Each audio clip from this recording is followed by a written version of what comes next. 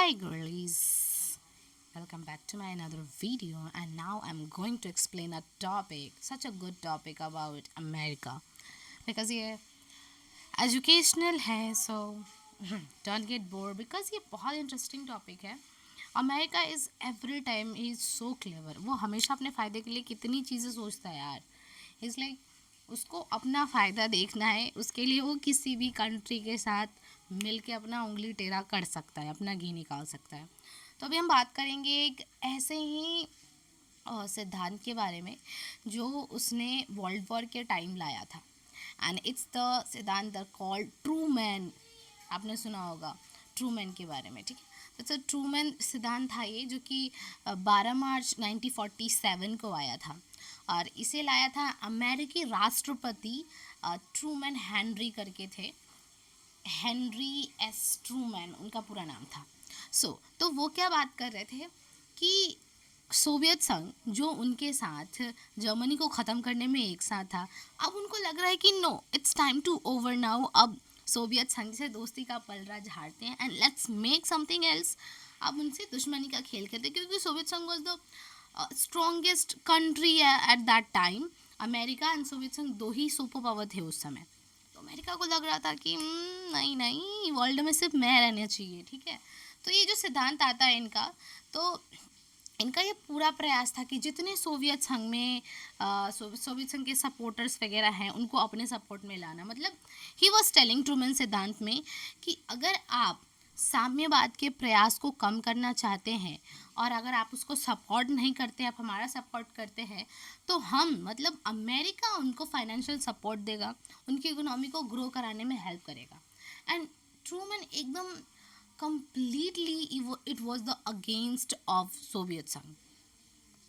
You can understand. इससे पहले 2 साल पहले ही 1947 में ट्रूमैन सिद्धांत आया था. 1945 में उन्होंने पैट्समैन सम्मेलन किया था बर्लिन में, जिसमें कि ब्रिटेन भी था, सोवियत संघ भी था, अमेरिका भी था. उस समय ये लोग दोस्त थे, भाई भाई थे. एंड यू कांट इमेजिन कि इतनी जल्दी ये लोग दुश्मन हो जाते हैं. So understanding with that theory कि आपका कोई भी कभी भी दुश्मन बन सकता है. डोंट थिंक दैट कि ये तो तुम्हारा दोस्त है, he never gonna leave you. क्योंकि सबके ना सेल्फ इंटरेस्ट चेंज होते रहते हैं, सबके थॉट्स चेंज होते रहते हैं. They are becoming somebody else. हमको लग रहा होता है कि नहीं ये वही है. तो B mature and be wise. अगर आपसे कोई रिश्ता नहीं रखना चाहता है तो you should also do the same. और आपको भी कहना है भाड़ में जाओ. ओके, इट्स जस्ट ईजी, ठीक है. आपको छोड़ना ही पड़ेगा. If you can't leave them, they can destroy you, they can destroy you badly. तो ये आपकी चॉइस है कि you wanna destroy और you wanna fight with them. और लड़ो भी मत यार.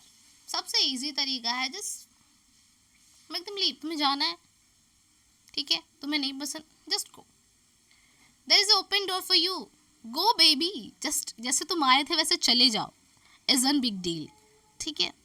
And that's for all this all for this video. मैं बोलूँगी मिलूँगी आपसे ऐसे ही कोई नया सा सिद्धांत लेके. और ट्रूमैन जो है ना बहुत ही इंटरेस्टिंग है एक्चुअली. इसे अगर डीपली आप पढ़ें, एकेडमिक्स में बहुत लोगों ने अपने पढ़ा होगा तो वो पता होगा बहुत डीपली है. इसमें बहुत सारी चीज़ें थी जो अमेरिका ने वादा किया था अदर कंट्रीज़ को, जो भी आ रहा था. तो ये डीपली आप वहाँ पर लेना एकेडमिक्स पार्ट में. I am just telling you about this क्योंकि ये बहुत ही ज़्यादा रिलेटेबल है. इट्स अ रियल लाइफ, क्योंकि ऐसा ही होता है यार. इंसान सेल्फिश है, same as countries are also selfish. Thank you for watching.